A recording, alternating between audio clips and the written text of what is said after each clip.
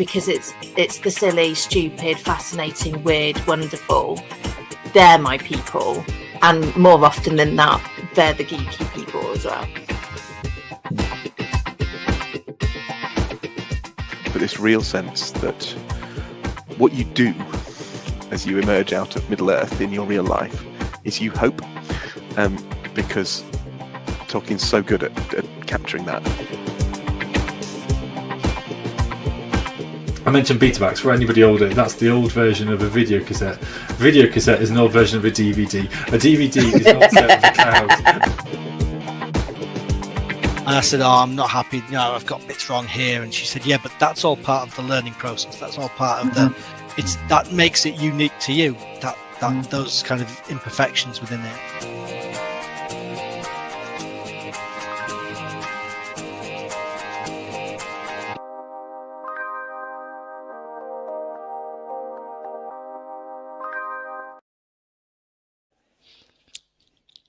Hello and welcome to Faith and Geekery. It is the smorgasbord of hobby and hyper-focus. We are your tribe.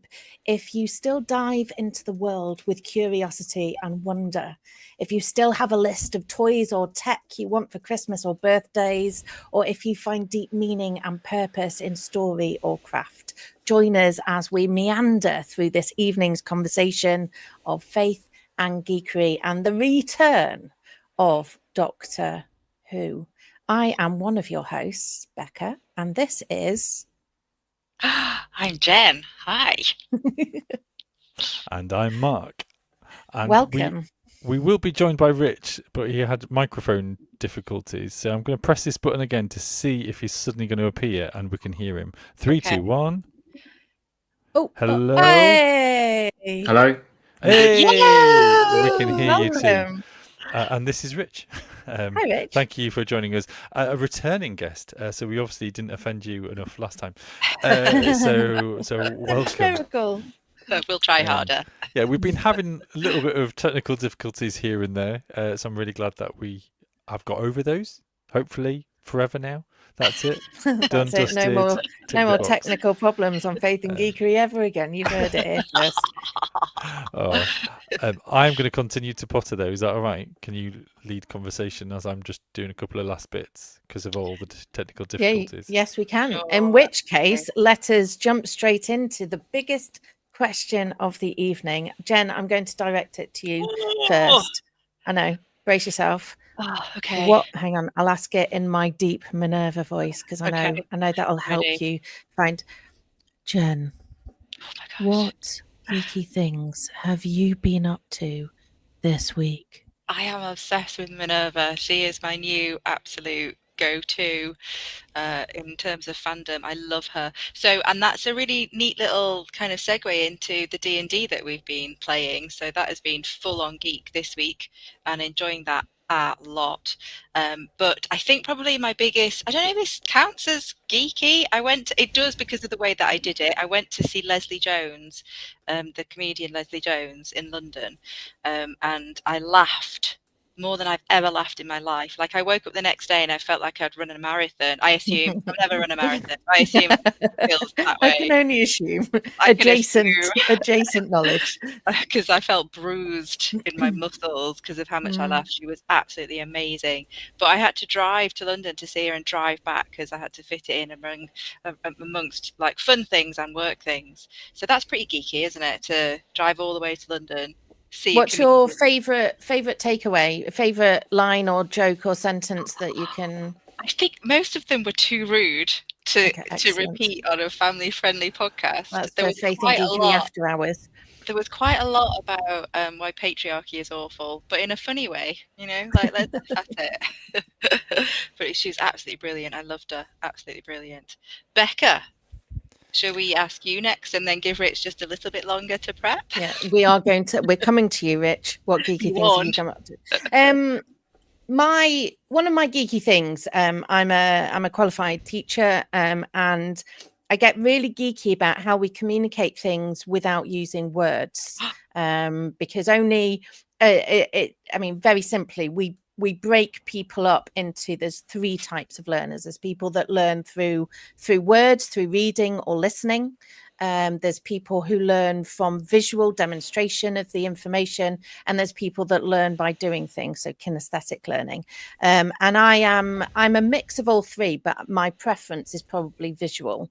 And having had a couple of meetings last week where I was reminded of a technique of note taking, thanks to Andy Fishburne in the connectional team, where you visualize the key things that you're taking away. It's not the most accurate. You won't necessarily have a to-do list at the end, but it draws out the key meaning and purpose. And for me, as a kind of blue sky type person who thinks very long journey, to be able to capture that visually is really, I'm just going to see if I can flip to a page.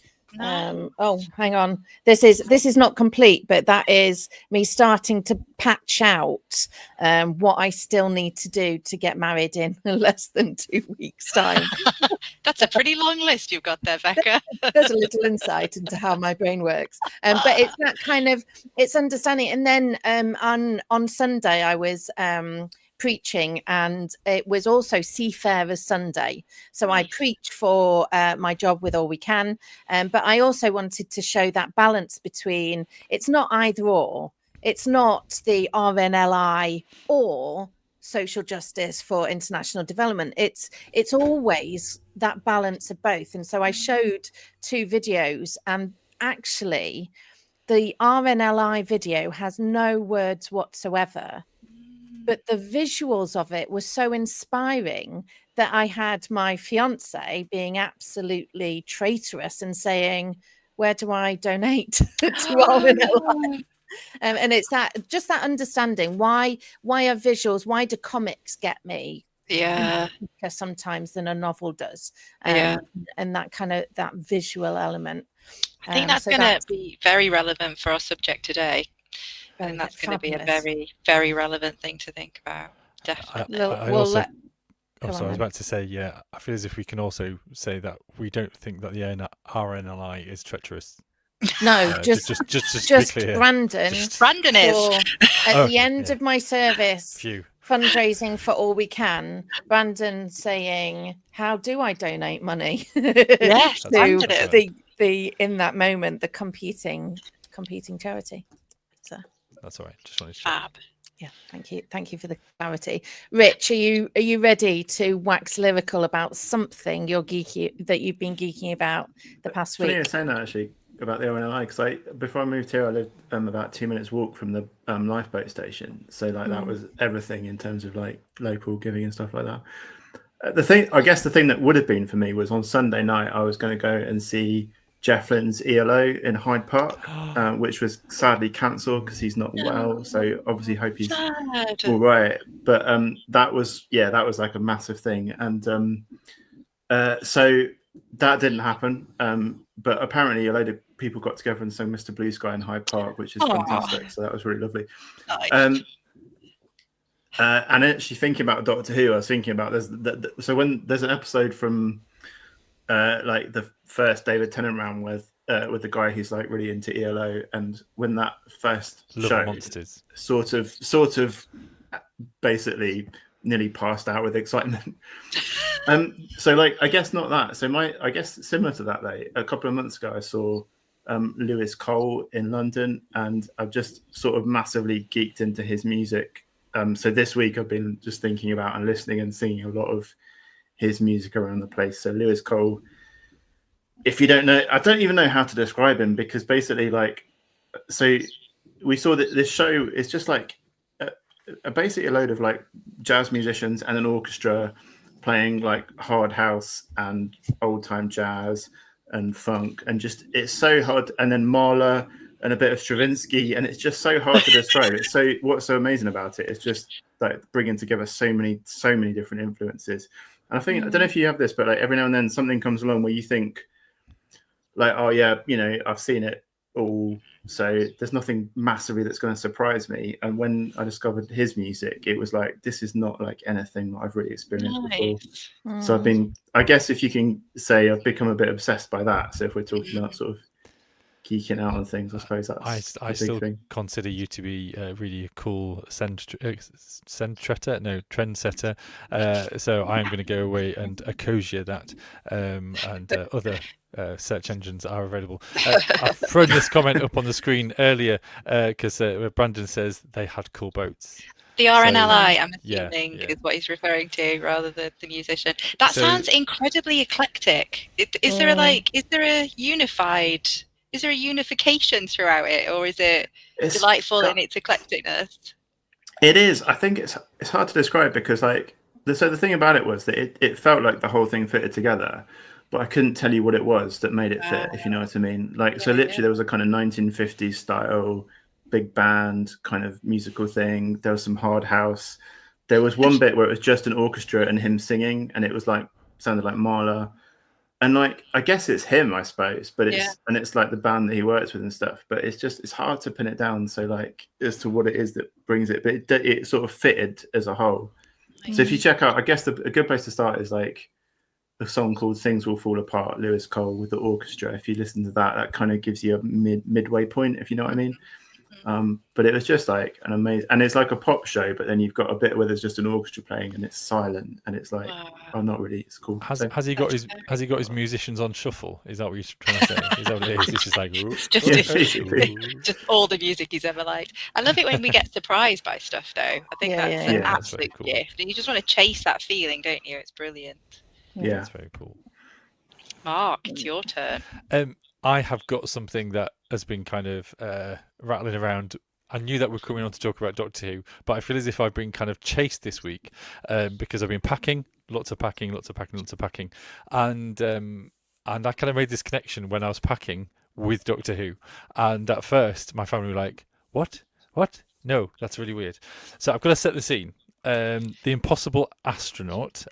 So that was Matt Smith's era, and there's the baddies called the Silence, where they kind of they're like the typical alien-looking things, but in suits, and they kind of outreach their hands, and as you kind of look at them, you go, "Ah!" and then you look away, and then you completely forget about them.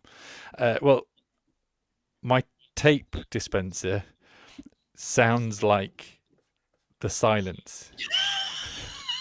And so much so that I got my son to record it because I tried to record it and I couldn't do it because I was doing both things at the same time. And then I kind of played them alongside each other. And my son was like, "You're actually right there, Dad, actually. I thought you were mad." Have we got this recording, Mark? I have. And I've just realised that live stream allows video now. Yes! So let's just try this. And I hope you can kind of picture the silent sound. I'll do it again. Oh yeah, I hear it. It's that a little bit niche. That's really chilling. Yeah, a little bit niche, but that is what we're doing. Super I'm just saying, I didn't think that was where you were going with that thought when you said about turning around and immediately forgetting. I was just like, that's what packing was like for me generally. No, that's the 40s. That's my life as a 40s-year-old. That's my life experience. Yes, I think I were into something like mid 40 boxes as well, actually. So yes, life is Magical grand. Number. Lots of boxes. Lots of boxes. Shall we move on to geeky news? Oh, in fact, we've got a video. Oh, sorry. I'm all a little bit... This is the Faith and Geekery News, broadcast to your home and around the world.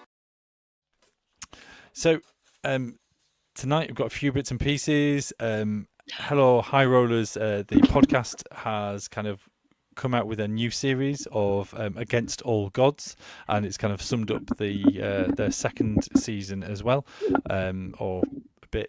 Anyway, so that has kind of come out this last week. Starting with sad news, or I should have started with sad news. Colorado Poet Laureate Andrea Gibson has died at the age of 49 with, I want to say, ovarian cancer, which has been really sad. But she had kind of created one last kind of love letter, a poem to their wife. Yeah, that was quite meaningful, really. But died far too young. In other news, I can't even remember where I got this from, but on my camera reel, there is this Pedro Pascal candle. I don't know whether we've mentioned about it or otherwise. I just thought, I'm pretty sure Holly sent it to us as a group, just as a gift, with very little explanation. Yes. Just here you go, this is for you. So yes, if you like your saints and if you like Pedro Pascal, as we know Jen does, then you can actually get a candle with him posing as Jesus, maybe, or just as Pedro. And definitely deity vibe. Yes, it's kind of got that Catholic kind of it's beautiful. The third Knives Out mystery has got a release date of the 12th of December later this year, which is looking great. So that's Benoit Blanc, Craig Daniels. No, what's his name? Craig David. Craig Daniels. Craig Daniels as Daniel Craig. That's the one. As he was getting wrong way around. We talk about news reporting as a profession, Mark, because this is great. Yeah, it's been such a manic day today. You would not believe. You're doing really well. Murderbot has come to an end, which has been absolutely fantastic. I've loved it.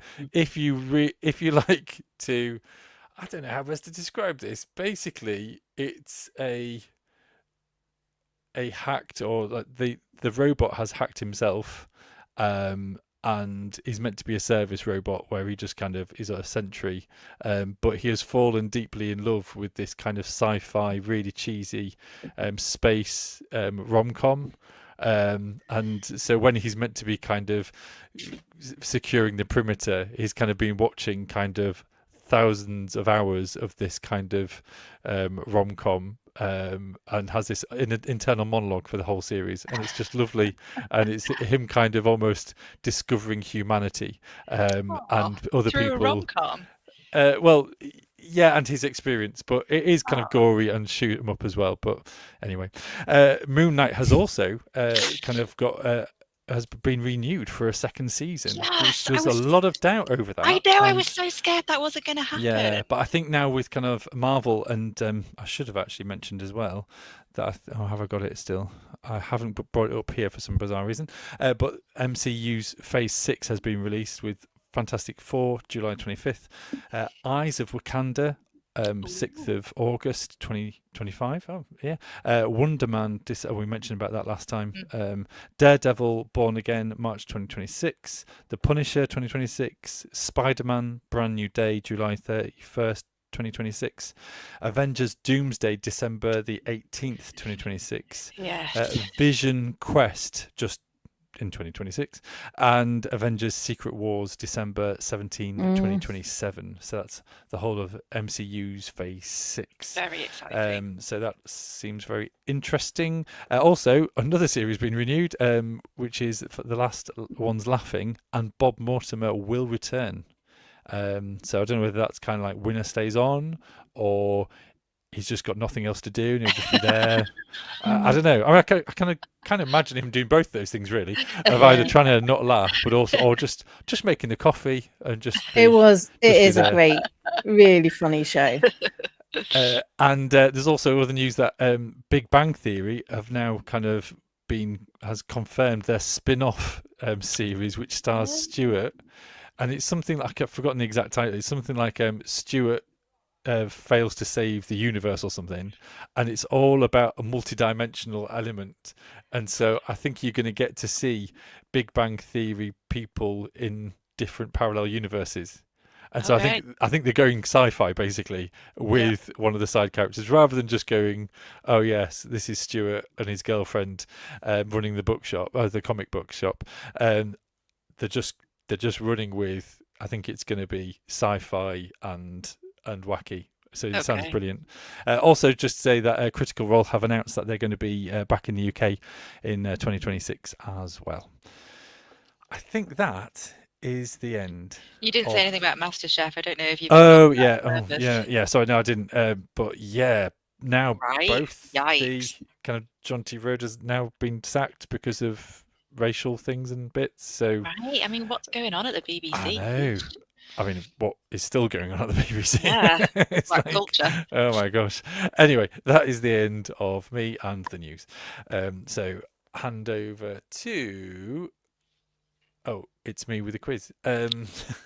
We would have had Tim. Tim is travelling and otherwise, and I was going to hand this on to somebody else, but I managed to get the questions with the answers as well, and so there's no point me doing this taking the quiz if I didn't have the answers. No, I've got. Oh, I'm really failing tonight. You know what I mean. Let's go with the quiz.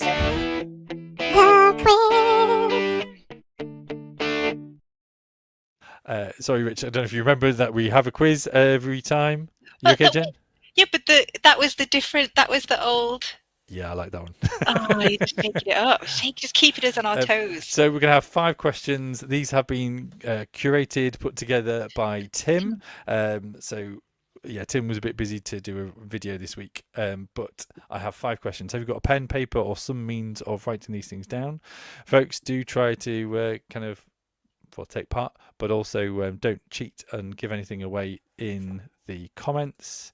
And I guess this is just for posterity. You don't actually get anything. I was listening to Radio 2 where they give away a pencil and a mug, all that kind of stuff. I want a pencil. I was about to say we don't have that budget. We don't have any budget. So, no budget. So if you're sitting comfortably, question number 1. On this day, which is the 15th of July, in 1799, what historical artifact was found or rediscovered by Captain Pierre-Francois Bouchard in Egypt?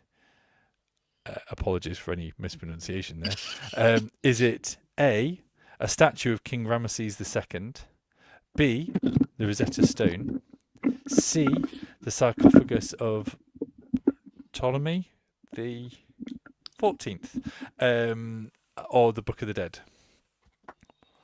So that question again. On this day, which is the 15th of July, in 1799, what historical artifact was found or rediscovered by Captain Pierre-Francois Bouchard in Egypt? Was it A, a statue of King Ramesses II, B, the Rosetta Stone, in brackets A, by the way, C, the sarcophagus of Ptolemy the 14th, and D, the Book of the Dead? Can I ask? Yep. You know the Book of the Dead? In my Not mind, personally. Yeah, you personally. In my mind, I'm like, well, that was something on the Mummy. Is it something in real life? Do you know what I mean? Like, how accurate, how historically accurate is the Mummy? On a scale of 0 to 10, would you say? Just to help me out. I think it's actually a documentary. Yes, I thought so too. I think the Book of the Dead is a real thing. Is it? But the Mummy is not that accurate. Documentary. No. Okay. So, Rich, what is your opinion? On the Mummy or on the question? On the Mummy. On the Mummy, because this is now a side shoot of the whole episode. Okay. I mean, yeah, I'm willing to give it a 10. Just I think 10. Hedge my bets. I think 10. Because I don't know for sure that it's not. Yeah, prove to me it's not. Yeah. Prove to me it's not, Mark. No, I can't really off the top of my head. Right. But I have been to Egypt, and there wasn't any signs of Brendan Fraser there or his legacy. That's true. And we didn't get shown around the library where. How thorough were you, though? To be fair, I mean, I wasn't that thorough, to be honest. But they should have mentioned it. Kind of like in the UK, when you have any kind of film or TV thing, they go on about it for years, don't they? They're like, oh, this is where Miss Marple was, or this is where this get was blue this plaque, was filmed. don't you? Yeah. This is where so was filmed. They've done that with Midsummer Murders around here. So I've lived just outside of Oxford, and they are absolutely. I can't get enough of it. They're mad. Yeah. So you would have thought they would have, been hyping up about it.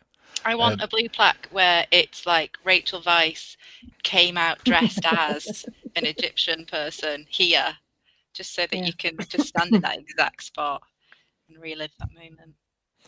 I am just going to go off on a slight tangent now because... Is it question 2?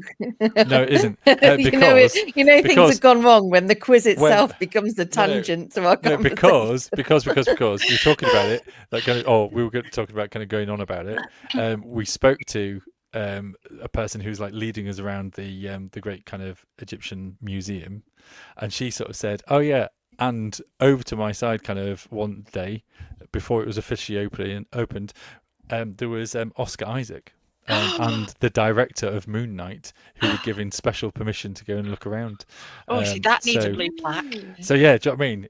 They That were in going on itself. about that. So maybe Moon Knight is the accurate one, and the Mummy is kind of just. I don't remember him Americans. mentioning any of these things in Moonlight, though, so that makes that's no help. Okay, let's move on to question 2, shall we? Without any more Back to the distractions. tangent. I can't promise that. Number 2, also on this day, 15th of July, in 1983, Nintendo released which console in Japan? Was it A, the Famicom, B, the Super Famicom, C, the Nintendo 64, D, the Game Boy?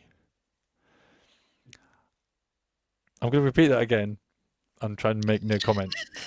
2, also on this day, 15th of July, in 1983, Nintendo released which console in Japan? A, Famicom, B, the Super Famicom, C, the Nintendo 64, or D, Game Boy? Permission to talk on a slight tangent. Yes. I can tell that Tim is slightly younger than us, because it almost feels as if some of these are kind of like before his time, and therefore he's. Before We he know was that. born. Yeah. Well, I no, remember some when of that these came out. Well, exactly. I remember when at least 2 of these came out quite easily, so it isn't that much of a challenge. He's Anyway, drawing a parallel between 1799 and 1983. Are all of the questions on the 15th of July? no, because it's not really my expert subject, to be honest. So No, it's What, fine. The 15th of July. yeah, The other Sorry about dates that. are available. Question number 3: Diablo and Diablo 2 famously had had a secret level, which was where the player would constantly be attacked by a hellish version of which farmyard animal? Is it A, pigs, B, sheep, C, chickens, D, cows? Now, is this a computer game? Yes. Okay, thank you. I feel pause for a there's sec. only one answer for that on Faith and Geekery. Yeah, you're right. Do I need to repeat that question again? No. Okay, fair enough. 4. Which of the modern or revived era Doctors has the highest episode count? So Rich, hopefully there is going to be multiple choice. no. Because this is a kind of an area perceived of your speciality, Rich, you're going to get double the points here for you alone. So A, is it the 10th Doctor with 48? B, the 11th Doctor with 44. C, the 12th Doctor with 41. D, the 13th Doctor. I think I've just been telling the answers.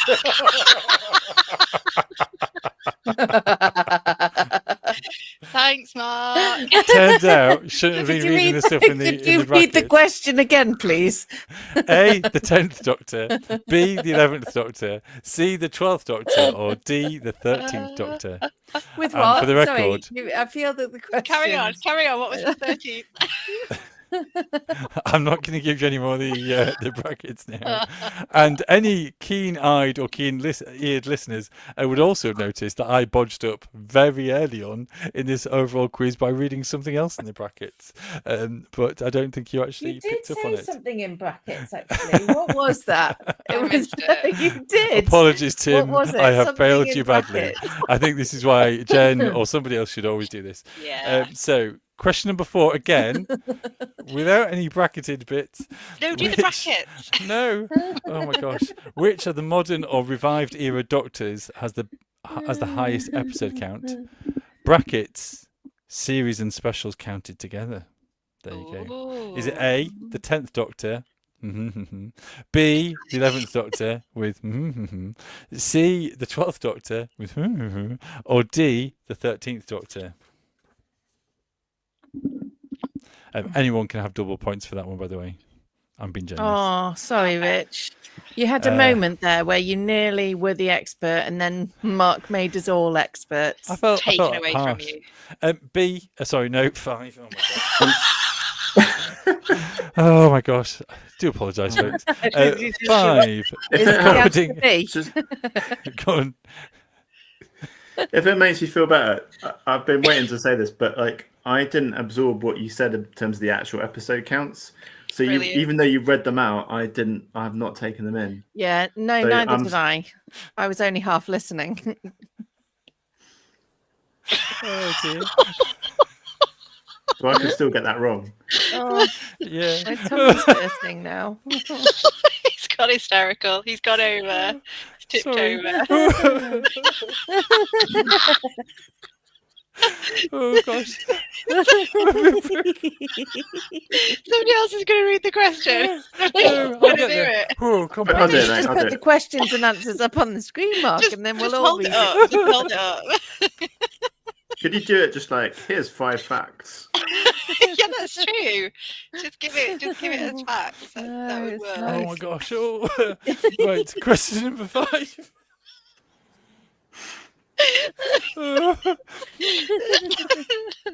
Oh, it's a good job we're so professional. Oh yeah.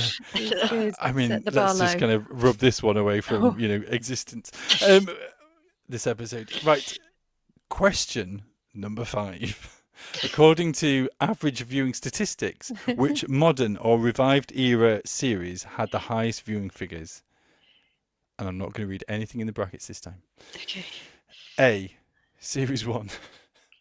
The Ninth Doctor. First modern era series. Is that what he's calling that? He's not. I didn't realise What's that that? was the term given to that. I thought it was New Who. BC-AD kind of thing. B. Series 4, 10th Doctor, Donna as companion. C.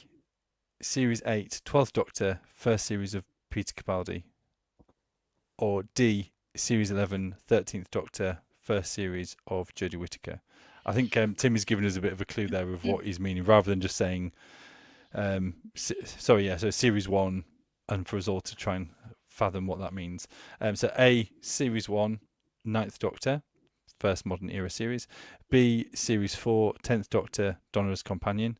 C, series 8, 12th Doctor, first series of Peter Capaldi. D, series 11, 13th Doctor, first series of Jodie Whittaker. Try not to And laugh anymore. Breathe. So, This is good. have we got any sense of any answers there? Any kind of ideas, inklings? Shall we carry on with Let's the do this. answers? Oh, it's going so well. Oh my gosh, I'm trying not to laugh. The answers. Question number 1. Believe it or not, is B, Rosetta Stone. Yes!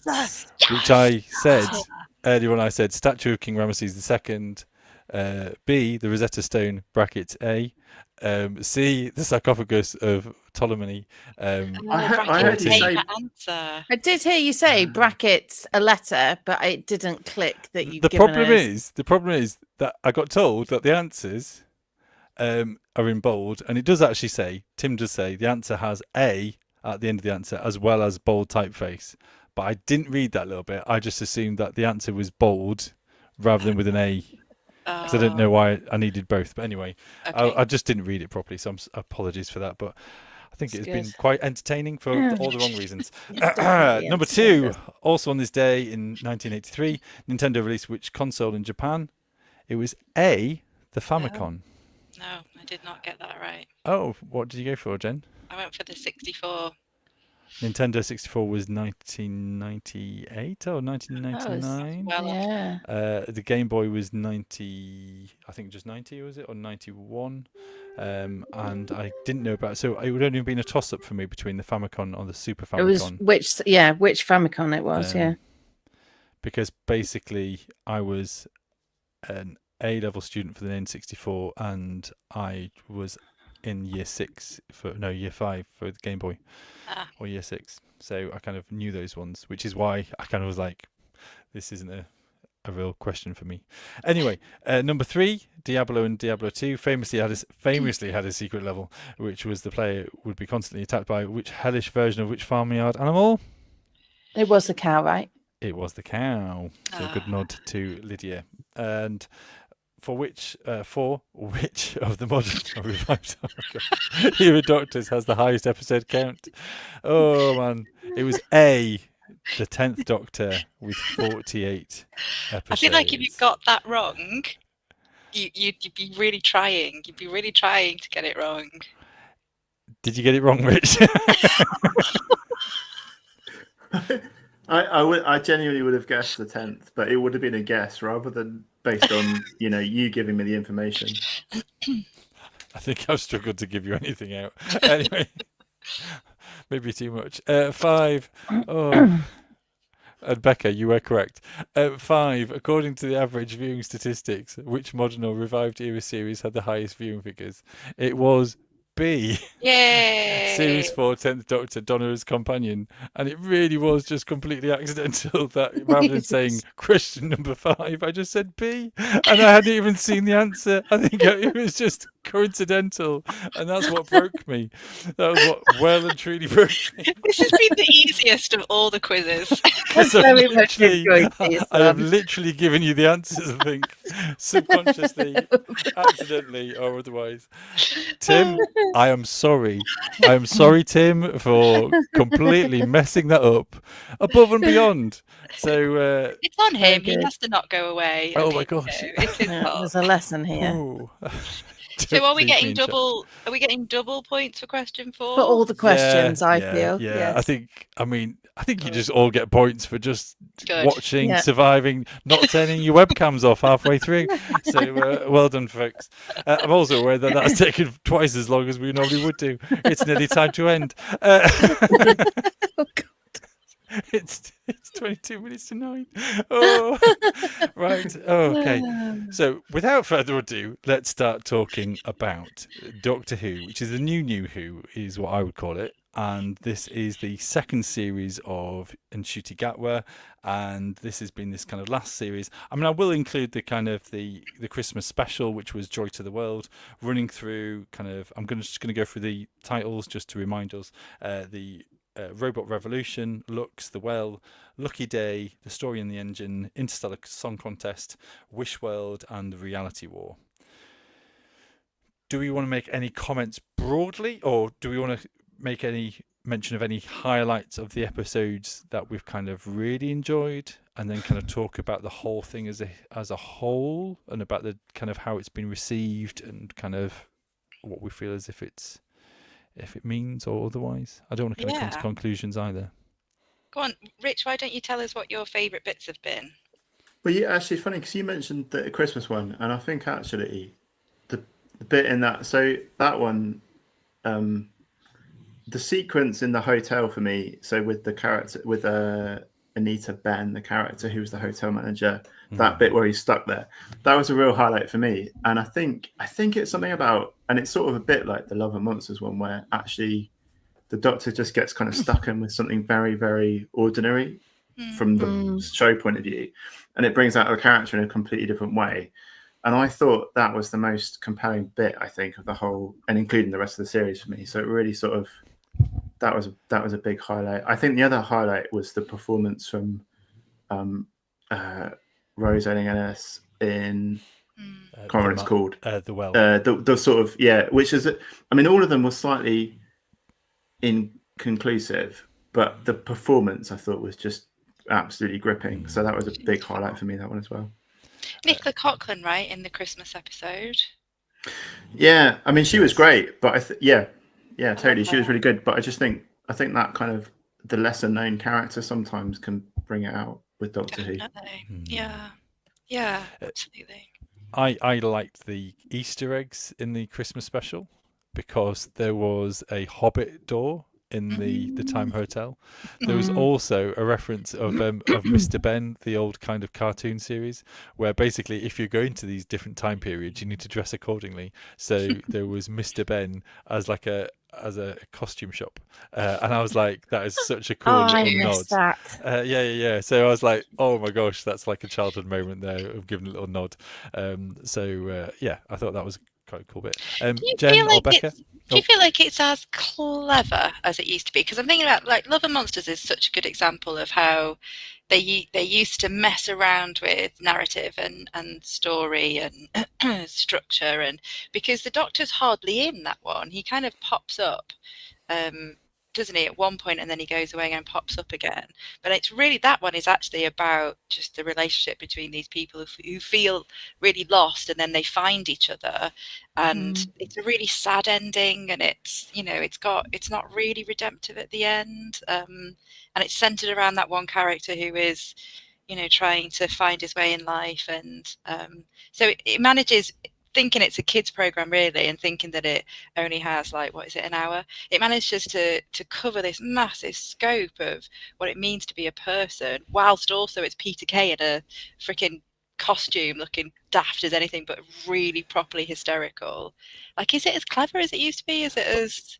I would say that Doctor Who has always been driven by its budget. And so we talk about the kind of old-fashioned monsters, and they were so kind of iconic because they were they were being really creative with the budget that they had, and like there's some of those ones they're kind of going, was that really a robot, or was that person in a cardboard box with tin foil wrapped around? You know, that they're kind of going, you know, it is cheesy, but they're kind of creative. And I think Love and Monsters was one of where it was kind of Doctor Who like, because actually I think schedules kind of clashed and keeping the budget down. And we could kind of lean into that a little bit later on in this series, and dare I say, kind of with kind of potential spoiler, and Ncuti Gatwa stepping down.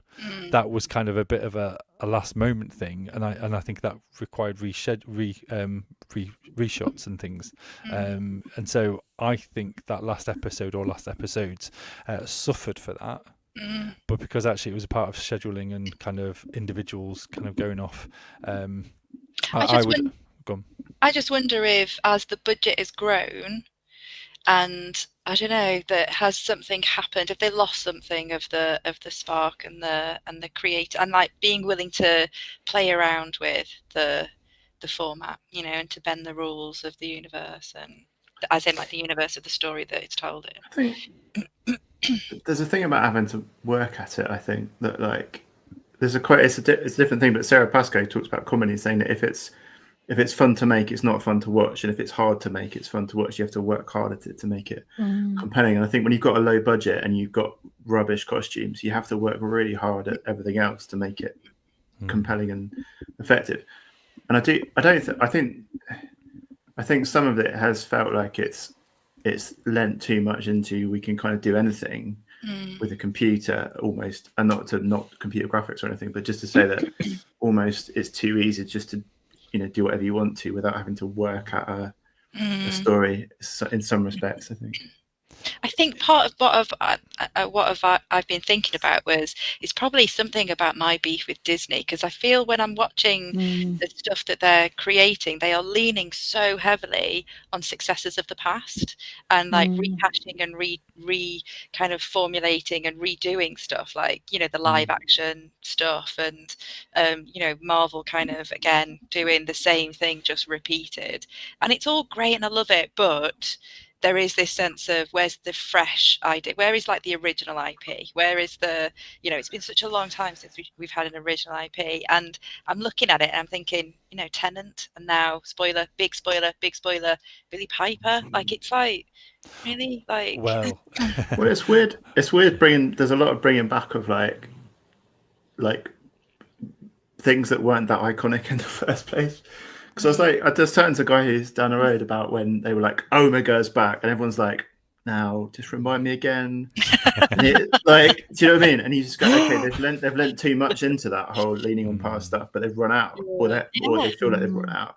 I mean, I think there's a thing they could bring back that would be more exciting than that. But even like, and like C-Tech with the last series, where you're just like, that was a bad series to start with when in Tom Baker's era.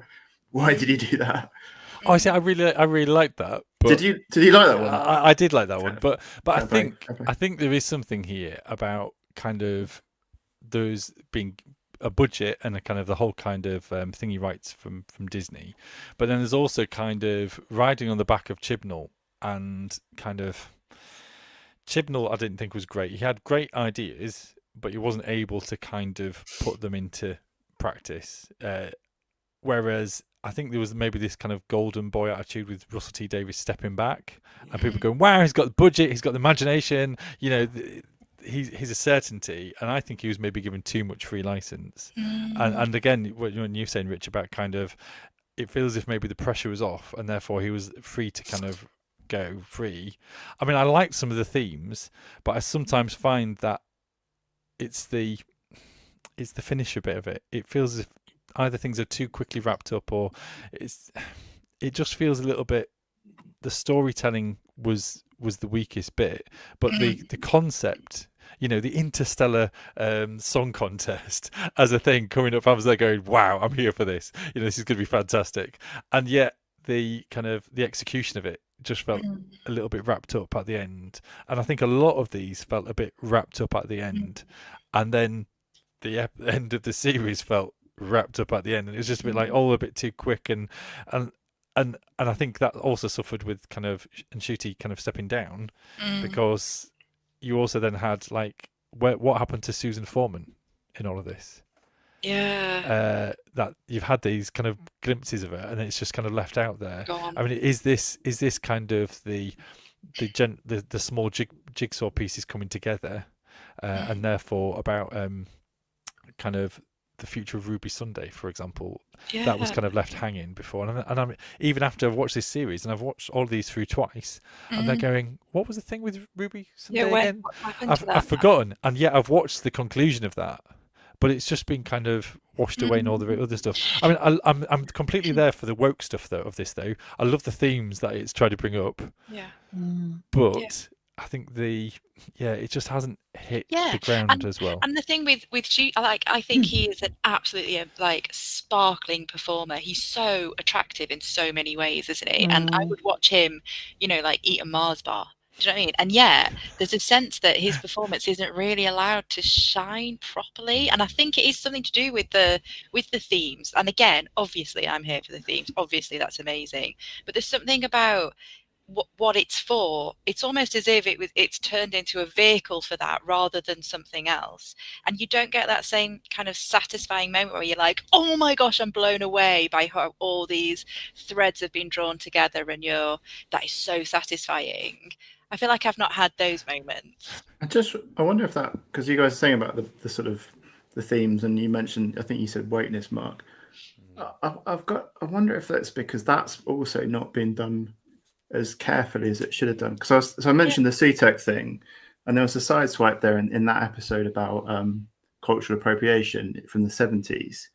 But if you've resurrected CTEC as an adversary anyway, that's still cultural appropriation. It's not any different.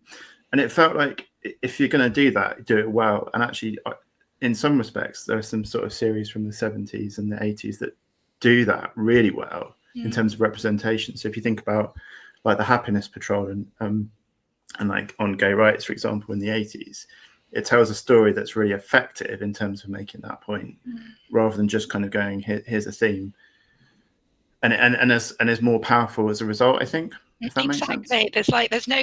There's no sense of crowbarring it, whereas that is how it's felt for me. Like I've really wanted the representation of queer people. Like I'm desperate for it. I want these themes to be explored, but there's just this real sense of like, it's the Doctor in these certain places and he's doing these certain things, and also look, there's gay people, or also look, like we're making a comment now about whatever, and it's just that sense of like, well, that just feels very crowbarred in. And it doesn't really do it justice then, does it? I wouldn't even say crowbarred. I think it was just flung. Do you know what I mean? Yeah, like flung at it. Yeah, it felt as if, so like the Robot Revolution with, I've forgotten the chappie's name, but it also reprised again with Conrad and his kind of extreme and kind of his views and otherwise, and the kind of the wish world of it was all to kind of Conrad's kind of perspective. It felt as if it was just almost whimsy. It was kind of thrown into it, and not driven by the narrative. Like I'm thinking of, is it the Idiot's Lantern? Is it called the Idiot's Lantern? Which is about the the Olympic Games, right? And it's about no, it's not. It's Queen's about coronation. the Queen's coronation. That's right, and how everybody's getting a TV and Mr. Magpie and all of that jazz. And it's an alien, but it's actually also very much about domestic violence. It's very much about what it looks like for a son to to mature and grow, and the relationship between son and father, and that doesn't but you don't, at no point do you feel like, oh, that's really like kind of, that's made a social comment there that feels very kind of out of place. It's driven by the narrative, whereas I just don't get a sense of that, and I think that's why Ncuti's performances don't quite hit and punch in the way that I know he's capable of doing. Yeah. I was just thinking, because Peter Capaldi and Bill, is it the Victorian one with the ice lake, where the Peter Capaldi's doctor kind of turns around to sort of say, don't get violent or don't hit him or something like that, and then the Victorian master kind of guy, he is really insulting about Bill, and the doctor turns around and punches him in the face. And I was there kind of going, and then there's nothing more said of it, and it was a more impactful story, rather than kind of going on about it, and I guess it's that kind of subtly shining a light onto these things rather than blasting a light onto them, and so that everyone's there going, oh, okay, and maybe that's why they've kind of had some kickback with it, because actually it was a bit too obvious.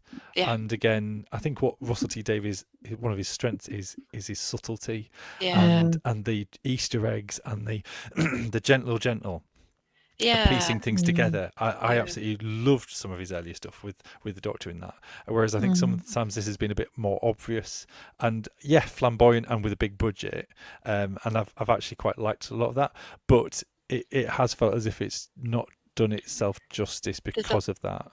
There's a lack of authenticity in that, isn't there? Definitely.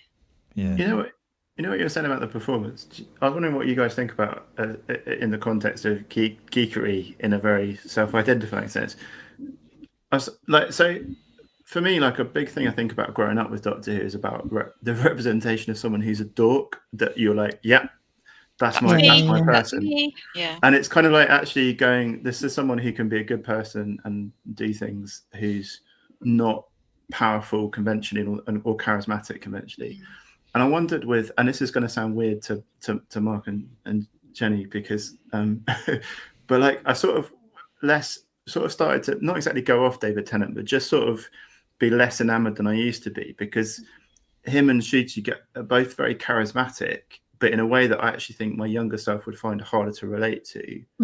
Whereas like actually Jodie Whittaker and Matt Smith's Doctors are slightly more nerdy.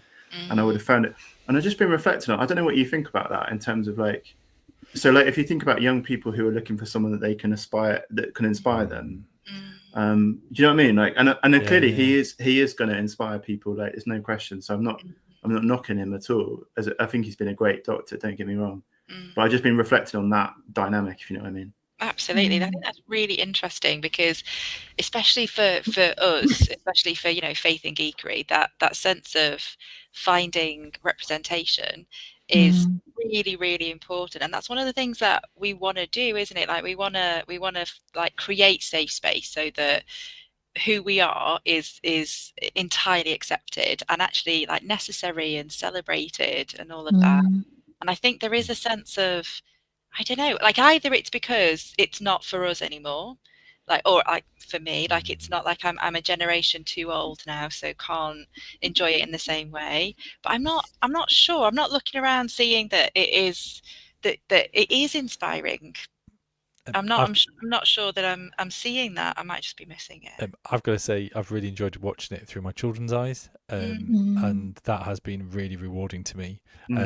I would say that my daughter thinks Ncuti Gatwa is really sexy, and she has kind of talked about it. I think if she said hot, I think she's kind of gone hot, and she loves him in a dress, or the kilt. He's not geeky though, is he? He's not nerdy. No, he's not. He doesn't have that same.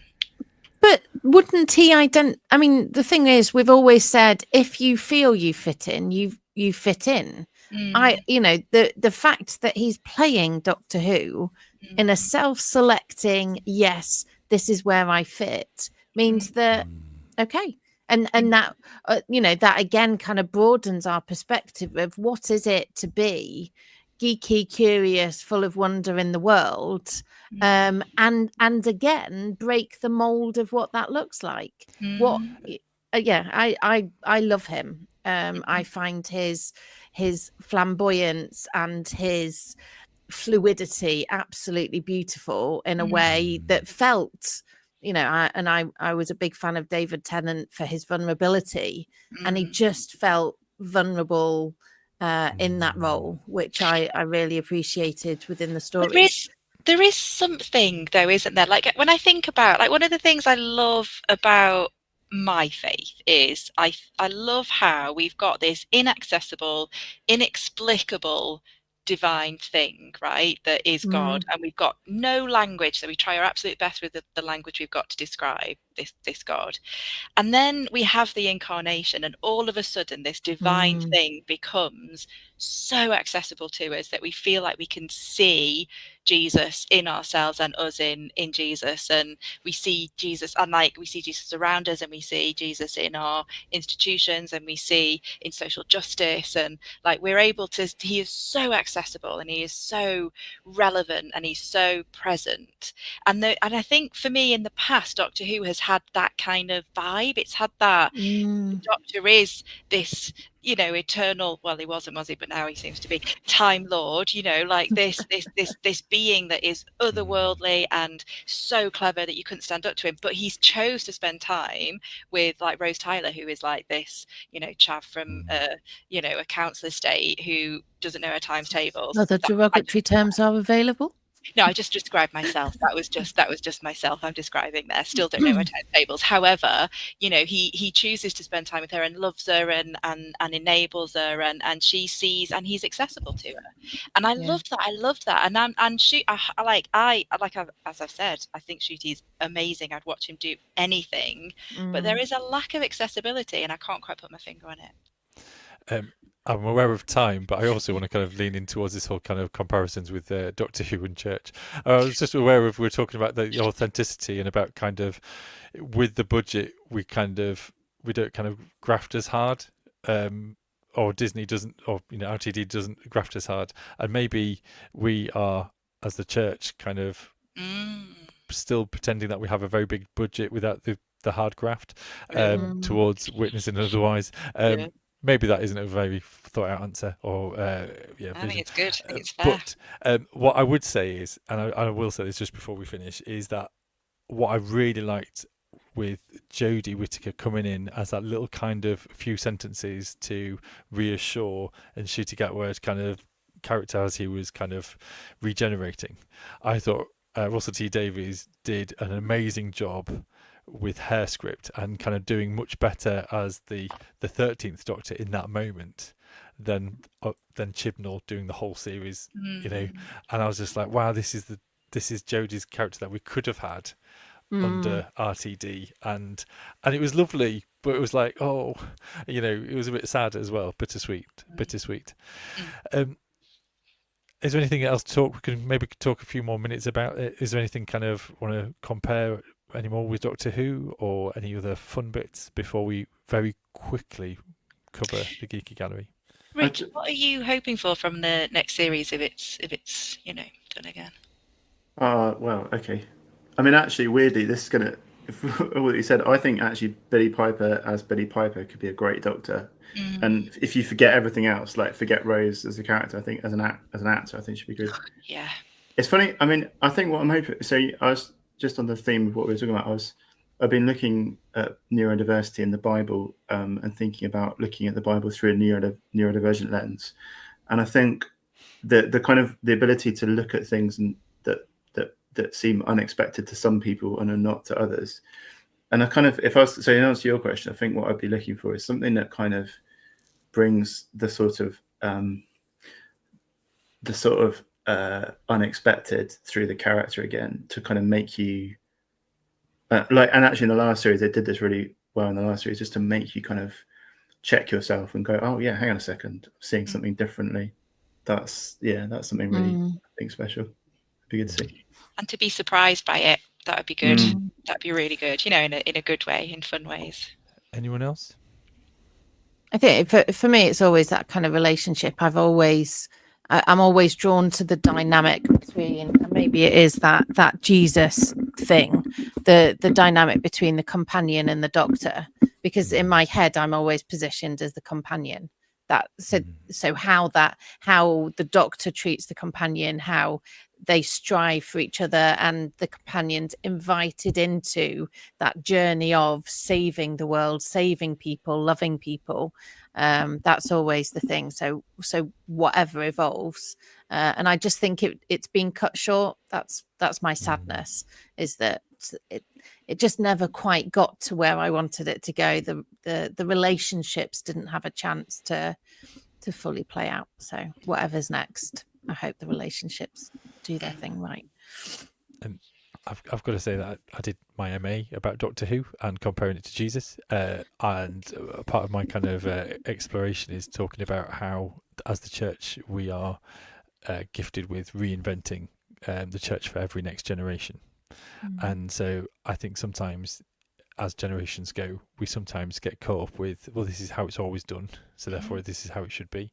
And I think, yes, we should preserve traditions and give like nods to the previous generations and the fandom, but I think actually we should also be given space and encouragement to explore kind of Jesus and church for now, for this generation and next generation. And, you know, let's be honest, and we're do some already backdating maybe for our generation. yeah, absolutely.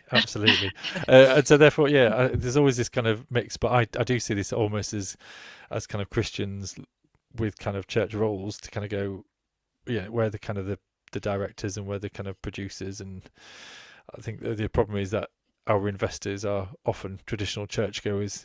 That's the Disney Corporation compared Disney to our Corporation. church members. Anyway, I'm aware of time. Or is it us? Is it Or us? is it us? Are we Disney? We're Disney. I really wish we No, we're I just What did you just do, Rich? Also, just to say, it is not actually confirmed that Billy Piper is the Doctor. It just says Billy Piper at the end. Yeah. And so right. So can I? Go on. Yeah, go on. I know we're running over, but we're running over. But I'm absolutely convinced that on the broadcast version only, it did say as the Doctor, because when the credits came up, I was like, I was watching for that, and it's a weird thing, but in my head, I'm certain. I'm sure I'm wrong. I watched it back, and it does just say Billy Piper. But on Billy Piper. But on iPlayer it says that. But like when they when they broadcast it, I'm sure it said the Doctor. I watched it live and it didn't. I don't think so. Okay, fair enough. That's awesome though, that you want it so much that you've brought that into being in your imagination. Interesting. I'm hoping for that. She's kind of some sort of bad wolf personification of like and they're going to do like a 3 Doctors or a 4 Doctors thing, but anyway, we just don't know, and that's the great thing, isn't it? We can use our imagination for these things. I'm aware of time. Geeky Gallery, I think there's only one slide tonight, which is just Lydia kind of doing a bit of an escape away from cows. Not cows for a change, but I think it's like a Highland sheep, goat. It's very cute. Which is that what's the felting, I think maybe a mixture of felting and otherwise, which is really cool. Just showed a little picture of my daughter making her Celt shield.